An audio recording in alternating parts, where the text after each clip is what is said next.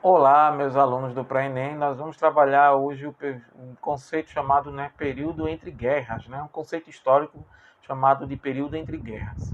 Mas, basicamente, o que vem a ser esse período entre guerras? Como o próprio título, do documento aqui que nos apresenta, vem dizendo, período entre guerras, evidentemente, é o período entre a Primeira Guerra Mundial, o período que compreende a Primeira Guerra Mundial e a Segunda Guerra Mundial. De modo que vamos lembrar, de datas importantes, como 1914 a 1918. Foi o período da Primeira Guerra Mundial, olha, ela termina aqui em 1918, e 1939 inicia a Segunda Guerra Mundial, que por sua vez vai até 1945.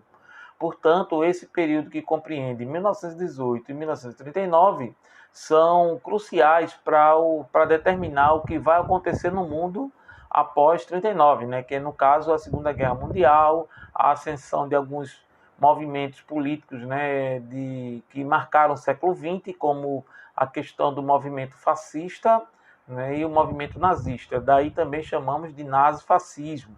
Sempre lembrando, uma coisa que é importante esclarecer, que tanto o nazismo como o fascismo basicamente são a mesma coisa. A diferença é que o nazismo é o modelo, a versão do fascismo, ao estilo alemão.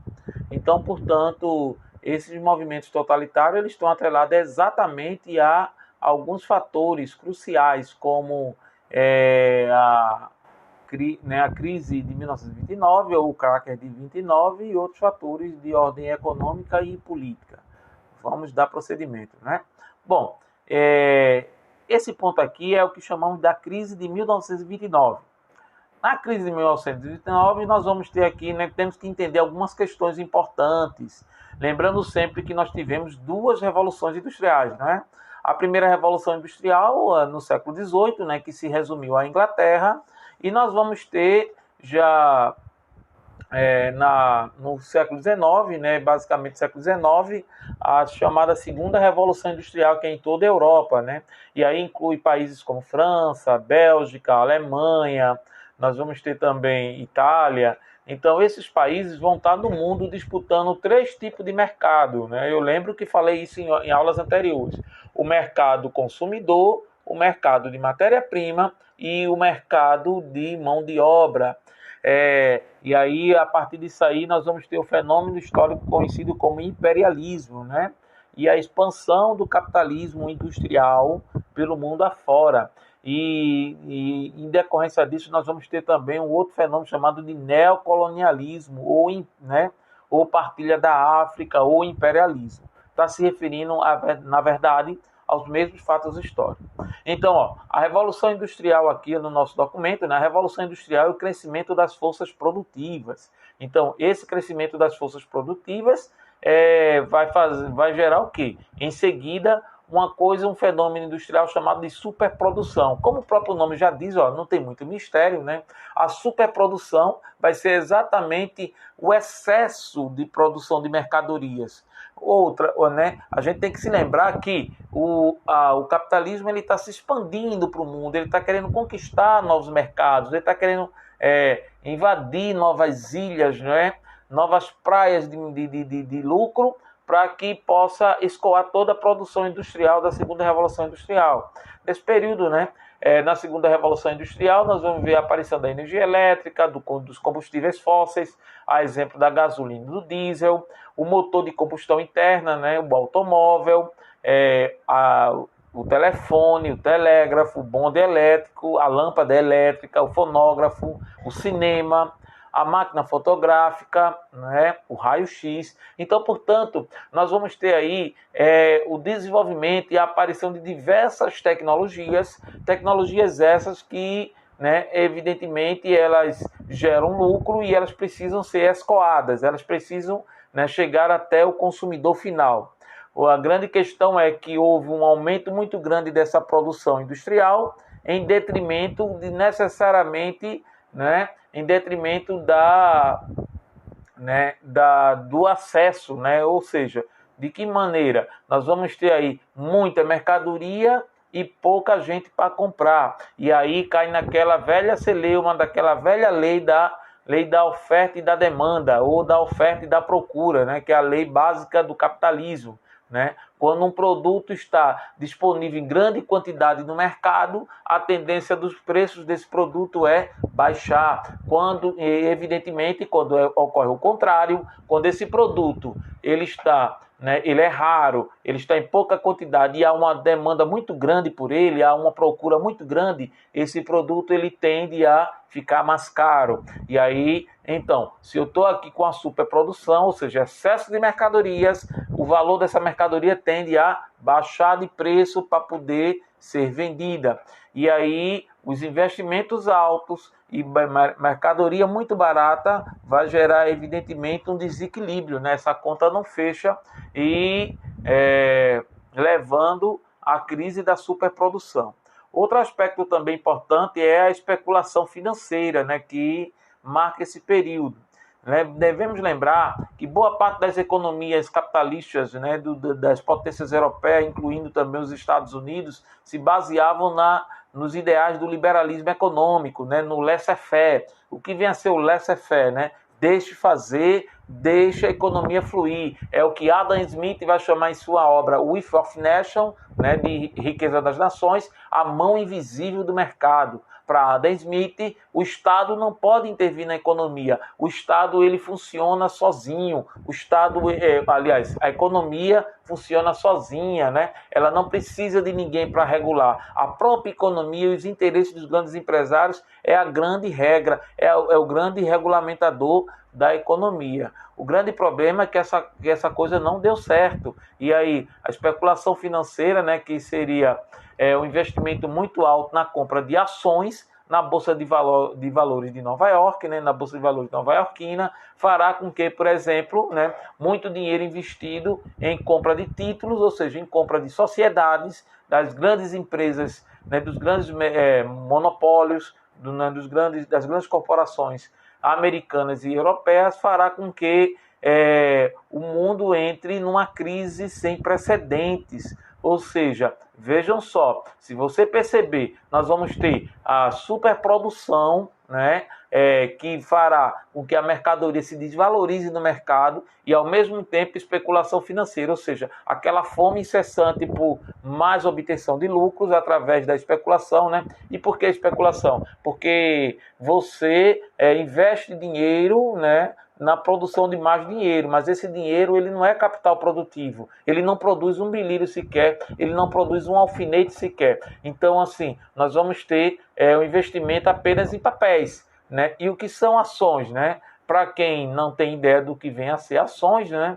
Dá uma lidinha aí na internet, mas eu posso dar uma esclarecida de antemão. Ações são, na verdade, parte da empresa. Você compra um pedaço da empresa, você se torna sócio dessa empresa. E a partir do momento que você compra esse pedaço, né, que chamamos de ações, esse pedaço ele te dá o direito de ter prejuízo da empresa, se ela tiver, e lucros, tem parte do lucro, ou seja, parte dos prejuízos e parte do lucro. Isso é o que chamamos de ações. Então, as empresas que têm geralmente aquela siglazinha, ó, SA, né, tal empresa, né, / SA, Sociedade Anônima. Por que Sociedade Anônima? Porque ninguém sabe quem é. Então nós vamos ter aí milhões de pessoas que são sócios daquela empresa. É uma forma das empresas obter mais dinheiro, né, no mercado, né, na especulação. A grande questão é que essa especulação sobre a lógica do liberalismo, sobre aquela lógica do não, né, de comprar sempre, que a economia se autorregula, o Estado não regulamentou as ações, a venda de ações de bolsa de valores, ou seja, deixa todo mundo fazer como quiser, o mercado se autorregula. Essa lógica não vai dar muito certo, porque vai começar a surgir, inclusive nessa sede por dinheiro, nessa sede por mais lucro, né, através da compra de ações, até por uma necessidade, né, de superar a venda, né, o excesso de mercadorias que se desvalorizou. Então essas empresas vão investir no capital especulativo, mas muitas vão comprar papéis podres. O que são esses papéis podres? São ações de empresas que nem existiam, né? Ou seja, a corrupção ela não é um privilégio apenas do poder público, viu, gente? A corrupção também é um aspecto do poder privado. Então muita gente, né, oferece ações dentro da Bolsa de Valores de empresas que nem existem. E aí muita gente cai no canto da sereia, compra essas ações, né, muito baratas, acreditando que essa empresa existe, que ela vai lucrar muito no futuro e essas ações vão se valorizar. Então, quando essa empresa não existe, isso não aconteceu, então começou a haver a quebra, não é? Então nós vamos ter aí, ó, o crack da Bolsa de Valores de Nova York, como todo mundo tinha, né, a quinta-feira negra, né, 24 de outubro de 1929, como todo mundo tinha, Europa, Ásia, Japão, né, tinha investimento nos Estados Unidos, a gripezinha que aconteceu lá nos Estados Unidos virou um grande resfriado e afetou todo mundo, né, levando a economia global ao colapso. Então, a partir desse pressuposto, nós vamos ter aqui, ó, o custo também da guerra, não é? A guerra, a Primeira Guerra Mundial, ó, que vai de 1914, né? Eu estou aqui ampliando aqui um pouquinho, de 1914 a 1918, né? Vai ter basicamente, né, 1.005 milhões de francos, foi a estimativa exorbitante, olha aí, ó, do custo da guerra que arruinou, né?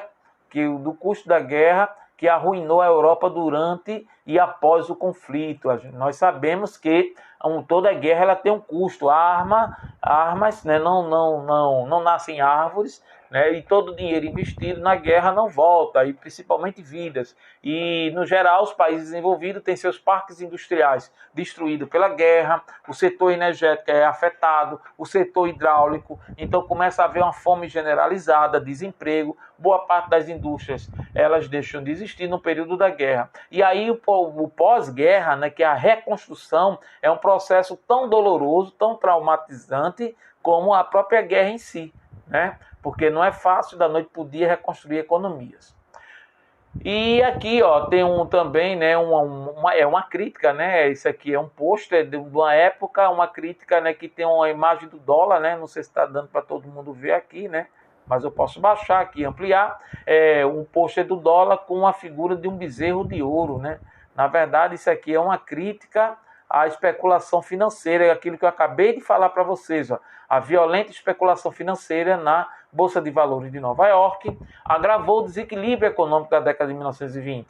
A busca pelo dólar, né, é vista aqui, ó, como adoração ao bezerro de ouro, né, fazendo alusão àquela figura mítica, né, dos livros bíblicos. Aqui é um jornal, né, aqui é um jornal anarquista, né.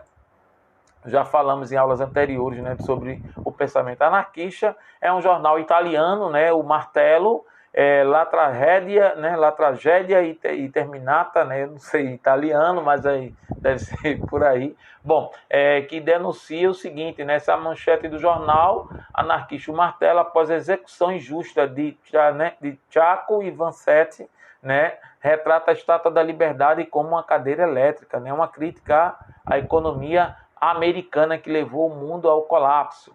Outro exemplo aqui é esse jornal, né, o Wall Street, né, aqui ó, mostra aqui o Wall Street Crash, né, Wall Street quebrada, né. Então nós temos aqui, ó, Wall Street como o jornal mostrando que a Bolsa de Valores nova-iorquina quebrou. E aqui nós temos aqui em inglês, né, Black Thursday in America, né, a quinta-feira negra, né, nos Estados Unidos. Portanto, um jornal que denuncia a situação, né? Outra imagem aqui, ó, que demonstra o pessoal na frente da Bolsa de Valores nova-iorquina, né, em Wall Street, que Wall Street ainda existe até hoje. Nós temos também aqui, ó, basicamente também, ó, a população, vários automóveis, né, na cidade de Nova York, e o caos, né? Aqui polícia andando no cavalo, etc. Bom, eu gostei desse post aqui, gente, que é um panfleto, um cartaz da época, né, que denuncia a situação de pobreza da classe trabalhadora, né? Afinal de contas, foi a mais afetada pela perca dos mercados, né? Nós vamos ter aqui, ó, pintores, operários, porteiros, firemen, né, os bombeiros. Então, ó, o mais interessante é que no chapéuzinho dele, vou ampliar aqui, ó, tem um week, né? Trabalhar por $1, né, semanal. Ou seja, o desemprego estava tão grande que as pessoas estavam aceitando receber $1 por semana, né?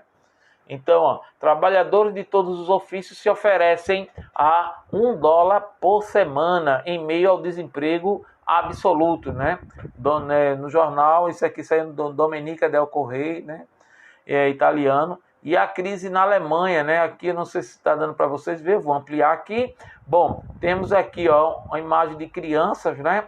Crianças brincando com uma pilha de dinheiro. Nessa foto ela está em preto e branco, ela não está muito nítida, mas assim, isso aqui é uma pilha de dinheiro, né? Crianças brincando, né? Com a pilha de marco alemão. Para vocês terem uma ideia, o marco alemão se desvalorizou tanto que virou brinquedo de criança. Isso aqui, ó, crianças brincam com uma pilha de dinheiro na terrível inflação de 1923. Eram necessários 4 milhões de marcos para obter $1. Isso aqui, gente, era o suficiente para eu comprar $1. Ou seja, né, 4 milhões de marcos para comprar $1. Vejam como desvalorizou a moeda alemã. Não à toa que houve a ascensão do movimento fascista, né? E para fechar nossa aula agora, né, temos aqui o New Deal, né? O que seria o New Deal? É a política, né, do novo acordo no governo de Roosevelt, né? Nós vamos ter aí o New Deal, né, o novo acordo, que vai se basear no quê? Na intervenção estatal na economia para o quê? Superar a recessão econômica. Vejam, pessoal, enquanto o liberalismo ele prega a não intervenção do Estado, nós vamos ter aí o New Deal como a intervenção do Estado. O Estado agora vai se meter sim na economia, porque quando o Estado deixou a economia andando sozinha, a economia quebrou, levou o mundo ao caos, levou o mundo ao desemprego, levou o mundo à miséria. Lembre aí da imagem recente que a gente acabou de mostrar, das crianças brincando com o marco alemão, né, com 4 milhões de marco alemão, que era equivalente a $1. Bom, e esse novo acordo vai ser baseado no modelo econômico de Joe Keynes, né, Joe Maynard Keynes. Ele é um economista britânico, em que ele vai trazer para a gente, né? Ele vai trazer para a gente uma nova teoria. Ele vai defender a ideia de que o Estado deve investir na economia para fazer a economia reengrenar novamente, ela começar o seu novo ciclo, uma nova marcha, né? Quais foram as medidas propostas por Keynes? As medidas adotadas foram investimento na construção de obras públicas para gerar emprego, ou seja, se eu tinha uma massa de desempregados muito elevada, é interessante que o Estado invista em infraestrutura para facilitar o escoamento de mercadorias e atrair investidores. Ao mesmo tempo, essa infraestrutura ela não vai surgir do nada, alguém vai ter que construir, contratar trabalhadores desempregados para essas obras públicas. Outro aspecto é a proibição da exportação do ouro, né? Nós vamos ter aí a proibição da exportação do ouro para evitar o colapso financeiro dentro do próprio país, ou seja, a hiperinflação. Limitação também da produção agrícola para elevar os preços, ou seja, se a superprodução levou ao caos econômico e quebrou a bolsa de valores, então devemos limitar a produção. Comecem pela produção agrícola, não ter excesso de comida para que não encareça essa própria comida, né? Não desvalorize a tal ponto que quebre os produtores agrícolas. Outro ponto também é a limitação da produção industrial e o salário mínimo. Ó, limitação, tá vendo aqui? Ó, a produção industrial não vai mais produzir no laissez-faire, deixa fazer, deixa ela andar sozinha. Agora, a produção ela vai ter que ser, né, controlada pelo Estado. Só vai produzir aquilo que o Estado determina, a quantidade necessária. Bom, e a política de salário mínimo, né? Joe Maynard Keynes defende que o trabalhador ele tenha pelo menos uma renda mínima suficiente para poder sobreviver. Né? E isso levaria o quê? Ao estímulo do consumo. Afinal de contas, o indivíduo é trabalhador, mas ele também é consumidor. Né? E para finalizar, né, os direitos trabalhistas. Né? Então, assim, a defesa do direito trabalhista, não demitir, criar políticas de proteção e garantia social, né? Evitar as demissões, proteger esse trabalhador durante o desemprego, como, por exemplo, com salário, né, para que ele possa sobreviver até ele conseguir um emprego, acesso a cursos, né, profissionalizantes, algumas medidas, né, de proteção social mesmo, de garantia, né, de direitos sociais para que não piorasse ainda mais a situação de penúria dessa classe trabalhadora, dessa massa, né, de trabalhadores que agora estão desempregados. Né? E aqui nós temos a foto do presidente, né, vou tirar aqui, vou botar a minha aqui entre um e outro, Roosevelt, né, o presidente americano que adotou essas medidas, e o economista que eu me referi, o Joe Maynard Keynes, ok? Né?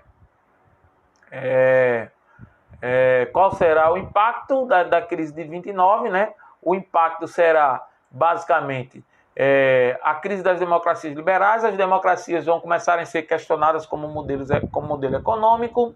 Nós vamos ter também o surgimento, né, dos regimes totalitários, né, como o nazismo, o fascismo e o stalinismo, né? Lembrando sempre que esse aqui, o stalinismo não nasce da crise de 29, o stalinismo é resultado da Revolução Russa, que vai ser assunto da nossa próxima aula, talvez, e o totalitarismo de direita, né, que tem como característica o autoritarismo, o nacionalismo, o idealismo, o militarismo, o romantismo e anticomunismo, que a gente também vai entrar com mais detalhes sobre isso. Bom, né, por enquanto ficamos por aqui, né, 20 minutos de vídeo acho que é suficiente e, né, desejo felicidades e alegria a todos. Beijinho no coração, tchau, tchau para todos e todas, né?